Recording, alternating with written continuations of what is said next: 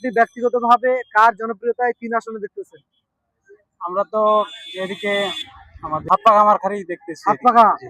জাতীয় সংসদ নির্বাচনে ঠাকুরবা 3-এ মিজান মাস্টার দাঁড়িপাল্লা প্রতীকে, জাহিদুর রহমান ধানের শীষ প্রতীকে, হাফিজউদ্দিন নাঙ্গল প্রতীকে নির্বাচন করতেছে। আরো স্বতন্ত্র অনেক প্রার্থী রয়েছে। আপনি ব্যক্তিগতভাবে কার জনপ্রিয়তায় 3 আসনে দেখতেছেন? আমরা তো এদিকে আমাদের হাতপাখা মার্কারই দেখতেছি। হাতপাখা। জি। আপনি হাতপাখায় কেন ভোট দিবেন?